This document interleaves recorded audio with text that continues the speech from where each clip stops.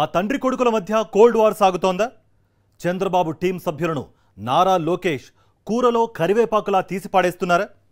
పెద్దసార్ మనుషులను చూస్తే చాలు చిన్నసార్కి చిర్రెత్తుకొస్తోందా? పెద్దబాబు వెంట నడిచిన వాళ్ళకి చిన్నబాబు వెన్నుపోటు పొడుస్తున్నారా?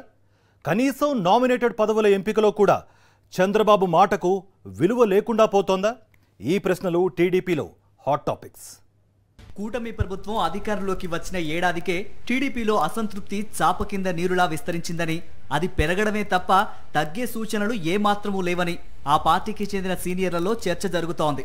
నామినేటెడ్ పోస్టుల భర్తీ, ఎమ్మెల్సీ సీట్ల కేటాయింపు, రాజ్యసభ పదవులు మొదలైన కీలక విషయాల్లో పార్టీ తీసుకుంటున్న నిర్ణయాలు నికార్సైన టీడీపీ నాయకులకు మింగుడు పడడం లేదట. అసలు పార్టీ పదవుల భర్తీలో అనుసరిస్తున్న విధానం చూసి సీనియర్ నాయకులు రగిలిపోతున్నారని సమాచారం.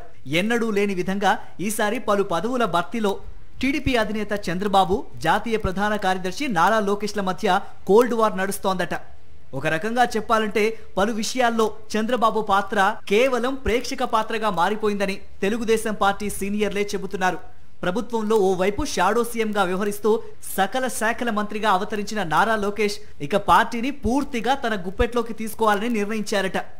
లోకేష్ దయ ఉంటేనే నామినేటెడ్ పదవులైనా, ఎమ్మెల్సీ పదవులైనా, రాజ్యసభ అవకాశాలైనా దక్కుతాయనే సంకేతాల్ని ఆయన అనుచరులు పంపుతూ ఉండడం సీనియర్లకు మింగుడు పడడం లేదట. నారా లోకేష్ తన ఆధిపత్యాన్ని పెంచుకోవడం కోసం చాలా కాలంగా చంద్రబాబుతో కలిసి పనిచేస్తున్న నాయకులందరినీ నిర్దాక్షిణ్యంగా పక్కన పెట్టేయడం ఇప్పుడు పార్టీలో తీవ్ర అసంతృప్తికి దారితీస్తోందట. సీఎం చంద్రబాబు ఓకే అన్నా సరే నారా లోకేష్ ని ప్రసన్నం చేసుకోలేకపోతే నామినేటెడ్ పదవులు రావడం లేదనే చర్చ పార్టీలో గట్టిగానే నడుస్తోంది.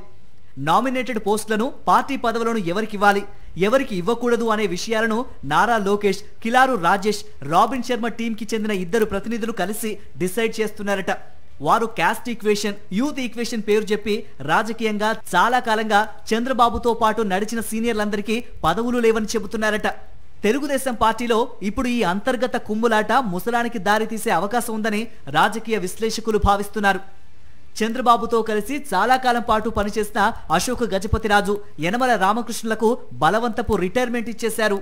వైస్రాయ్ వెన్నుపోటు ఎపిసోడ్ నుంచి చంద్రబాబుకి అండగా నిలిచాం కదా, తమకు తప్పకుండా రాజ్యసభ అవకాశాలు వస్తాయని వీరిద్దరూ భావించారు. సీఎం చంద్రబాబు వీరికి ఇవ్వాలని అనుకున్నా నారా లోకేష్ మాత్రం అలా అనుకోలేదట. మైనింగ్ డీల్స్ చూసే సానా సతీష్ కి, బిజినెస్ మ్యాన్ బీదా మస్తాన్ రావుకి రాజ్యసభ పదవులు ఇచ్చారు.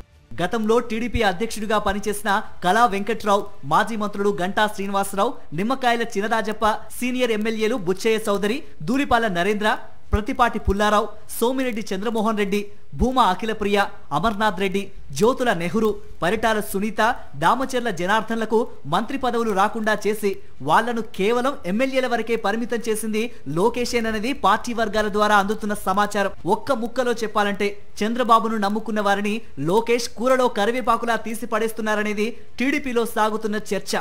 దీంతో వీరంతా తీవ్రమైన అసంతృప్తితో రగిలిపోతున్నారట.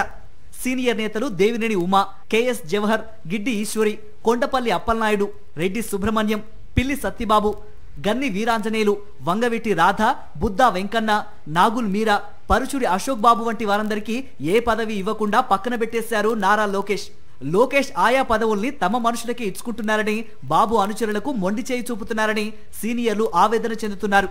అసలు నామినేటెడ్ పోస్టుల కేటాయింపులో చంద్రబాబు ముద్రనే చెరిపేశారని, నారా లోకేష్ పూర్తిగా తన అజెండాను అమలు చేస్తున్నారని టీడీపీ నేతలు గుసగుసలాడుకుంటున్నారు. టీడీపీలో పదవి రావాలంటే నారా లోకేష్కి సలాం కొడితే గానీ రాదనే సందేశాన్ని పంపుతున్నారని, ఇది నాయకుల ఆత్మగౌరవాన్ని దెబ్బతీయడమే తప్ప మరొకటి కాదని అంతర్గతంగా చర్చించుకుంటున్నారు.